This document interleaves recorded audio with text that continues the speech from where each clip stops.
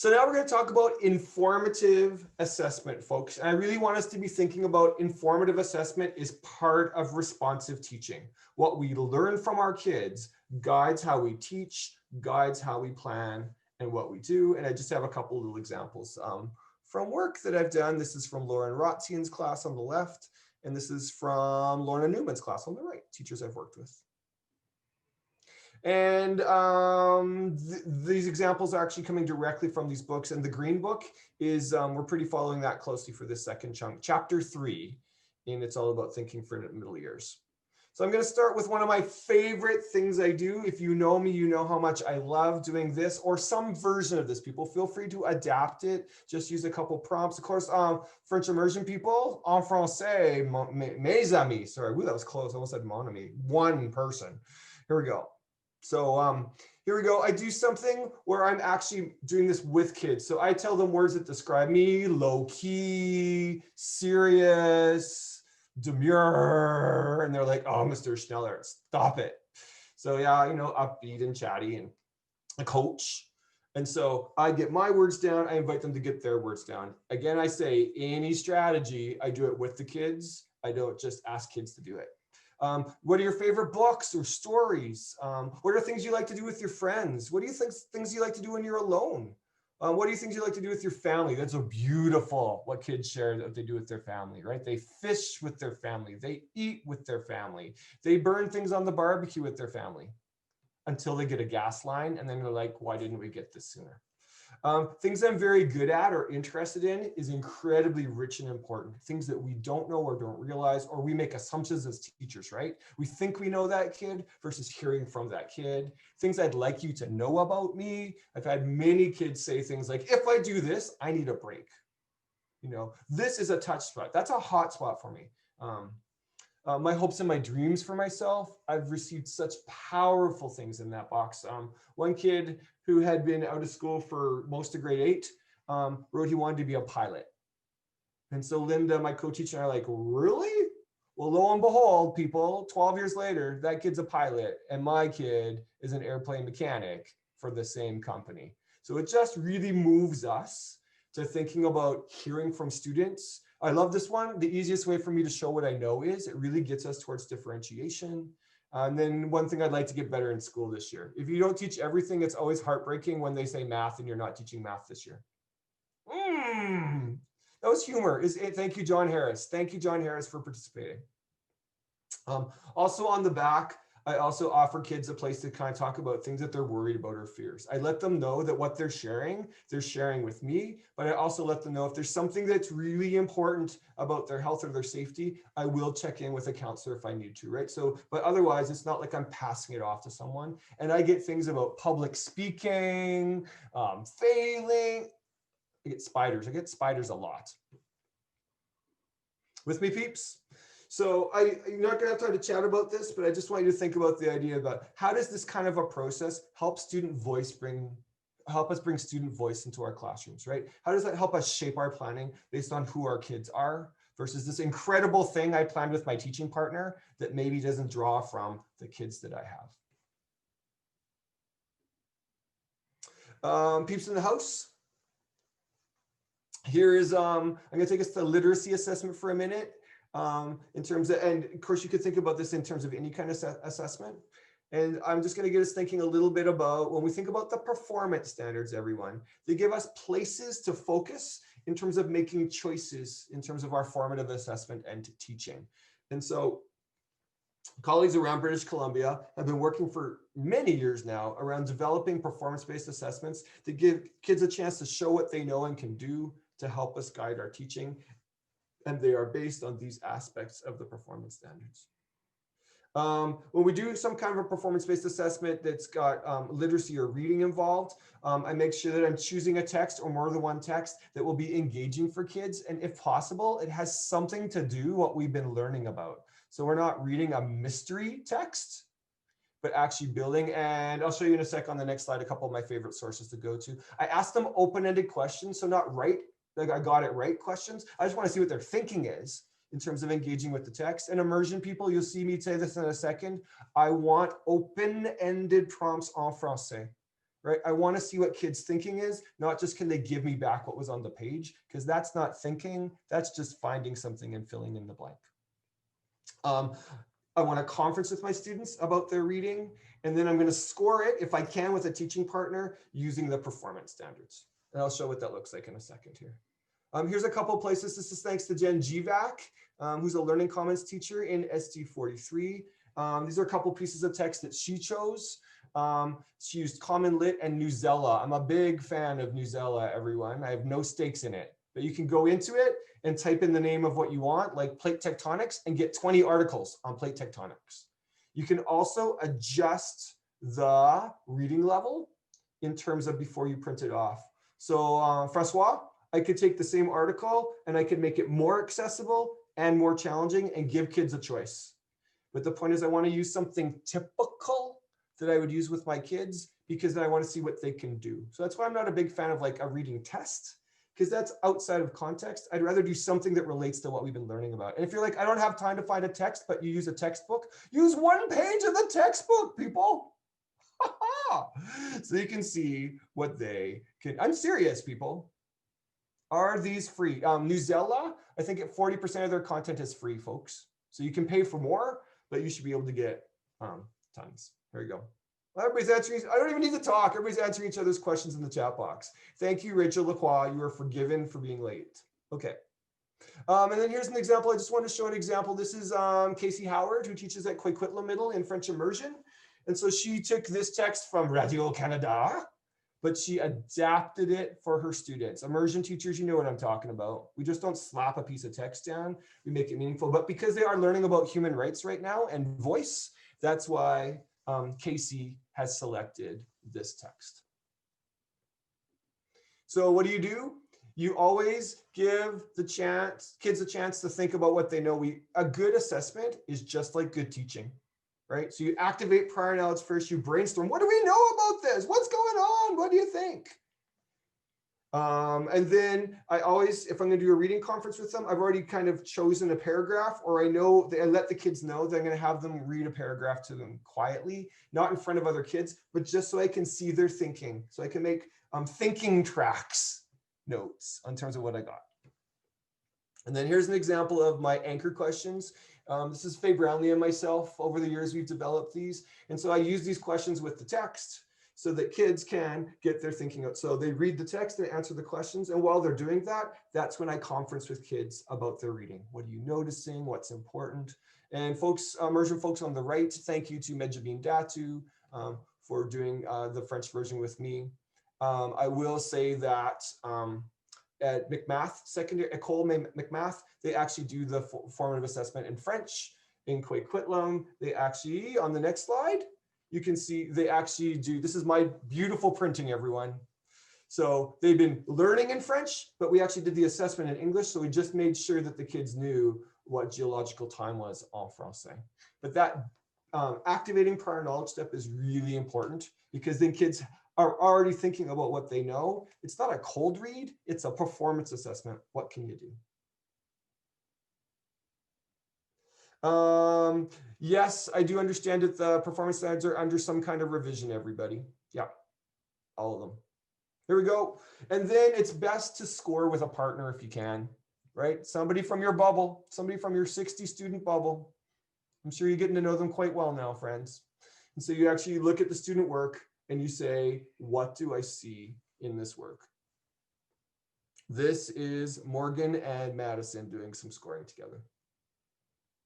And then there's just an example of students thinking. So after you've looked at some student work, then you look at the performance and standards and say, what are 2 or 3 things to focus on, right? Not every, did I already say that earlier, Vicki Roberts? Don't focus everything on everything you can see. Just pick 1 or 2 things to focus on and they're thinking. And Vicki's like, what did he catch me doing? All right. So here's an example. This is Dana Asher and Aaron Lynch. They have 60 kids together this fall. And so here are the goals that they set. When they looked at student work, they said, we really need to work on making connections. We really need to work on supporting evidence. And we really need to work on note making. That's what they saw as their goals. And then we brainstormed together. So what are some things we could do to address that. It's really powerful to brainstorm with someone else about what could you do. If you can suck a support teacher or a teacher librarian into that conversation, people, it's amazing because they just mysteriously pull books out of the bun in their hair. That was for you, Vicky. They're like, oh, I've got something you could use for that. Or here's a cool strategy for that. But there's just something about the idea of trying to plan for yourself doesn't have the same power as planning with somebody else, but with a goal in mind. And then here's the goals that came from Casey's immersion class. It's in English because I was writing. So determining importance, explaining your thinking, and note making. And so those are the strategies that we thought of. Can I just make a note that the goals that you set for reading are actually thinking goals, and you can use them in any subject, right? Because everything's a text, people. Everything's a text. Whoo! You still with me? Is anyone still here on the call? Just checking. Thank you, Nikki. Nikki has no chance because she's presenting next. Ah! Okay, so I hope you're thinking a little bit about, oh, I could work on my class profile with my kids. I could do some of that getting to know you work, or maybe I could even do a little bit of that literacy work. But really, at this point, at the end of October, which feels like the end of September, but it also feels like the end of May. Sorry, that was just a little bit of like COVID humor, everyone. I really want to make sure that I'm designing based on my kids, not based on by looking at a curriculum document, right? You pull the curriculum in to match it, but kids are not going to learn deeply if it's not connecting to them. And I want to pick some goals to help them get better. Okay, my last little blip for this section is that if we're really committed to diversity positiveness, we want to use open-ended strategies, right? Just like those questions I gave you for the reading assessment were open-ended. I want to see what kids can do with something, not if they can get a right answer. A right answer isn't thinking. It's actually trying to figure something out, trying to say what's going on and using the language of the classroom that we've been using to express it. Immersion people, we know this, but everybody should know this, right? The more we use the talk of the unit and the keywords, the more we understand them. And that's not just in dictate. Dictate is not the same as discussion. Here we go. So there are 3 kinds of open-ended strategies, and they follow what a good learning sequence is. Connecting strategies help you activate your prior knowledge. Processing strategies, we're helping scaffold kids' thinking skills. And then transforming strategies, which are showing what your thinking is or applying what you've been learning. And then when you can, we try to build in a personalizing strategy, which is a reflection piece, right? What I did well, where I'm going. During that processing phase, I really want to gradually release the development of a skill. I want to model what to do. I want to help them do it. I want them to get further along with a skill focus, not the concept. I'm not telling kids what to know, but I am helping them with their thinking. So here's my quick little example, peeps in the house. So here's an example from here in the Okanagan in Vernon. And what we focused on was describing to your partner, right? Partner work, using details to explain your thinking, finding main ideas and asking questions, and also reflecting on your learning. And anybody who knows me knows I keep my learning intentions for weeks, people. I don't change them. I just leave them up so kids can master the competency. Don't keep changing the target. Keep using the target to get better at things. So in this little sequence, I worked with images to start in the connecting phase. And so I said, what do you notice? And so kids had to describe what they noticed to their partner. As you can see, it's an image of a lake. So kids talked a lot about lakes because we're from lakes. Then we debriefed large groups. So what'd you notice, kids? Then same partners. What do you notice about this one? What do you think's going on? What do you notice? Talk. So kids are using and talking with it. It's all oral, oral, oral. Then we moved into what do you notice and what do you wonder? So noticing is so nice because it's concrete. You're just describing what you see, but wondering takes you right to that more advanced level where you're having to pose wonderings. Yeah, thanks, Madeline. So then those I'm sneaking in images that are art and photos. So now I'm like, what do you notice? What do you wonder? Kids get whipped up into excitement. about what the heck is going on here? What a terrible day. And I'm like, you clearly have not been to the East Coast. This is a good day on the East Coast, people. Oh, my dog just snored. Okay.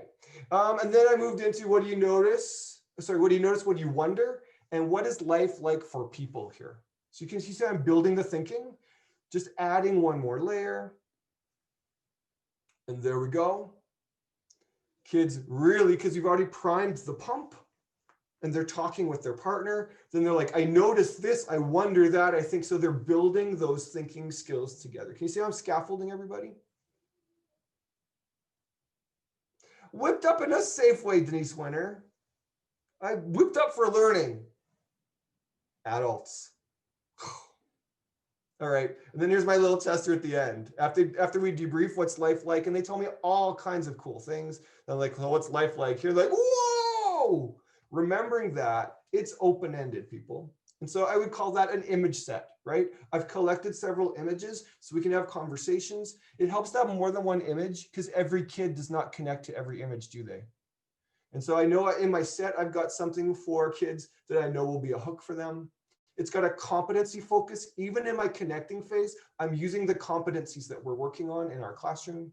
And partner talk is how everything starts to happen, right? It's actually that chance. When kids are just talking to you, large group, or thinking individually, there's not as much thinking going on if everybody's got a partner to talk and think and discuss. Another example of a connecting strategy would be a word sort, right? Here are 20 words, sort them into groups and explain why they go together. And then I just want to talk quickly, very quickly, actually 3 minutes, about this processing strategy where then we went into a piece of text. And in the first chunk or the first paragraph of the text, I thought aloud for the kids. I read the paragraph and I said, what do I think is important in this paragraph? I wrote down 2, 3 things. And I said, why do I think that's important? Right? What's important and why? And then before I left to go to another chunk, I said, so what do I wonder? And what connections can I make? Can you see how I'm just working through this thinking? But in the first chunk, I am the model. This is me modeling, if you're wondering, right? I am the model in the first chunk because I want to show what that thinking practice is. I don't want classroom work to be like voodoo, where you're making it up. I want it to be like, I have to think, but this is what thinking means in this context. Then on chunk 2, they can work with their partner, with me checking in, but they don't really need me showing them what to do anymore. But we'd usually do a debrief out. That's maybe the second paragraph. What's important and why? Remember, they're choosing what they think is important. You're not giving check marks and X's about if they got it right. It's about, why do you think that? And then maybe by chunk 3, they're a little bit more independent, but they might still be working with their partner, right? But the point is that they're working with it. If you really want to go deluxe here, people, give kids a choice of article to do this with, right? Information circles, right? You're like, what's important and why? But you do that with your choice of article on the same topic we're thinking about. And you're like, where do I get those articles? Wherever you want, but Newsella is not bad. Also, Maclean's is pretty good, I have to say, peeps in the house. And then I wrap up with some kind of transforming piece. In this case, we had kids write a 60-second news article, and all they got was a Post-it. You have to write your 60-second news article on a Post-it. So it's like less scary, right? I only get a Post-it. Can I have more? You can't have more. That's all you got. But the Nikki Lynams are like, can I write on the back of the Post-it? I'm like, you do whatever you want. You make your joy. But the point is, they're doing some synthesis work. They've learned, they've built, they pull it together. And in this sequence, the last thing we did was, so what are 3 big ideas from what we've been learning about today? What are 2 things you did really well? And what's 1 goal you can set for yourself? Now, if you weren't part of the series last year, can I just note for you all that a really good sequence like this might take 60 minutes, but it might take 120 minutes. It's okay for a really good lesson to span over 2 days. We don't need to cram everything into 1 day. I want to just go with the kids and go for it versus like I must get through all the phases before they go somewhere else. You just need to get through the phases. And actually, isn't that a really good lesson over 2 days kind of fulfilling as a teacher? Because you're like, let's go deeper versus I can't watch Survivor tonight. No one watches Survivor anymore. Never mind. It's not even happening because of COVID. All right, peeps in the house. I'm sending you into small group. Oh no, we're gonna do something online. We're gonna do something called Mad Tea Party. Just before we go there, I just want to note that that's just a little description of the 3 phases. Connecting strategies are all about activating prior knowledge. It's actually almost kind of like previewing for kids what's coming. Processing is all about building skills and modeling that and supporting that. And then transforming and personalizing is about using the information in a way that you didn't just get it. And then I just have on the bottom some examples of strategies that fit. If you're like, Schnelly, where do I get some of those? There's a green book called It's All About Thinking. There's actually a green one, a yellow one, and a blue one. And they have this chart in it. But you don't need mine. Also, I love Doug Buell's Strategies for Interactive Learning. Do you know that book, peeps? Doug Buell, B-U-E-H-L. Somebody type that in the chat box. Buell, B-U-E-H-L, Strategies for Interactive Learning. There we go. Okay, you ready? We're gonna use Mad Tea Party. Yes, Mad Tea Party. If you were in our March or whatever our end of the year one was last year, we used this strategy. Oh, people want to take a picture?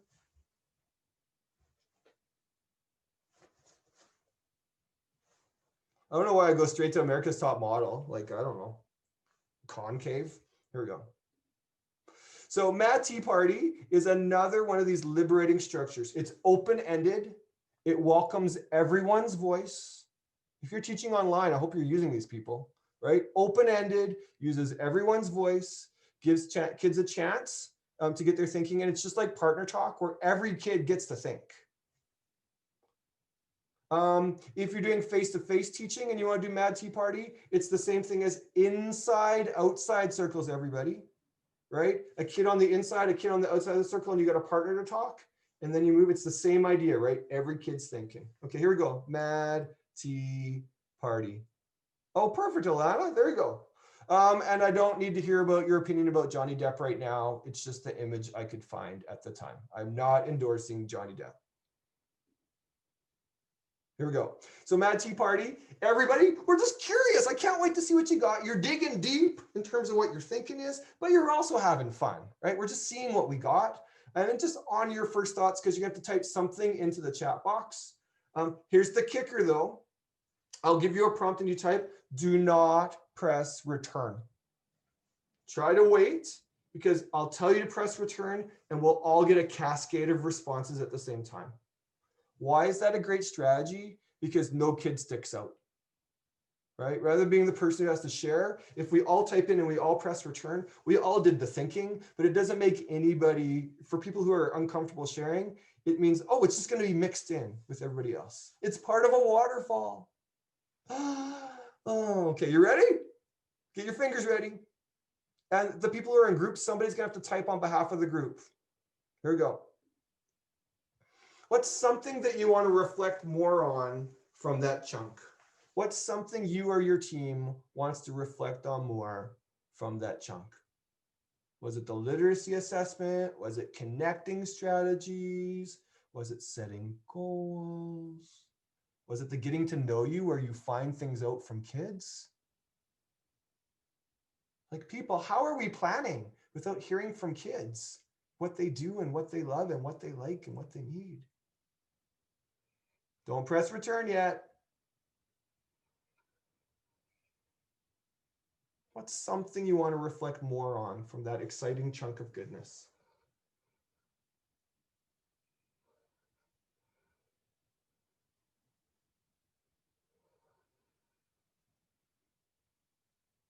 And 3, 2, 1, return. Don't go chasing waterfalls. Please stick to the rivers and the lakes that you're used to. It's okay, the kids don't know that either. They definitely don't know U2 anymore. In the name of love. They're just like, what? All right, thanks, Alana. Okay, one more. We're gonna do this again. What's one connection you made between your practice and these ideas? What's something that already fits with what you're doing? I do a version of that. That deepens this. This affirms that. People, don't press return yet. To loan, to loan, to loan. Paging New West. What's a connection you can make between your practice and these ideas?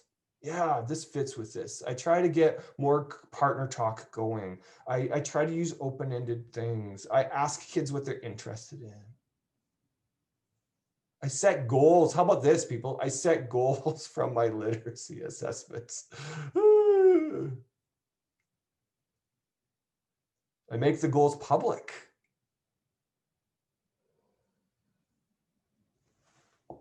Nadine, great to see your hair. Our friendship can continue. What's a connection you can make between your practice and these ideas?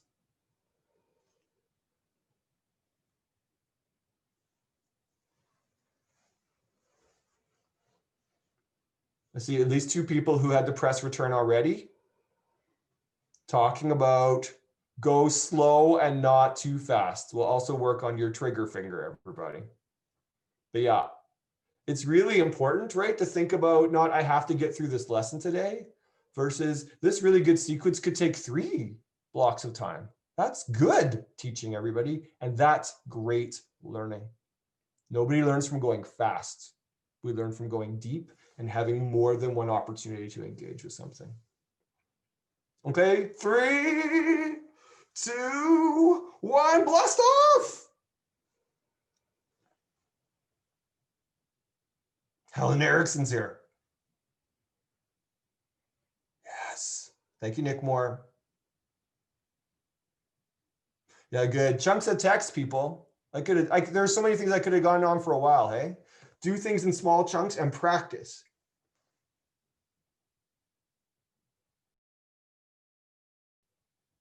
Shannon, Mad T, couple versions. One is inside outside circles, right? So kids are facing somebody else and you use the prompt and they share. And then I say the outside circle, go 3 people to the right. And then I do my next prompt and you share. So that's kind of my version of this, right? Where you're engaging and thinking, but it's in a cacophony of sounds so you don't really stick out. Yeah, great. Also, you can do, if you've got middle years people, how have we not invested in cheap whiteboards and whiteboard pens? Right? Every kid draws or writes their thinking and they just show what that looks like. Same idea as Mad T, right? Yeah, snowball fight too, right? You throw the things. Okay, we've got to go on to my amazing colleague. Nikki Lynham is going to share and deepen our thinking. Let's hear it for Nikki. This is where you use your icons to clap or put a thumbs up now. Yay, Nikki.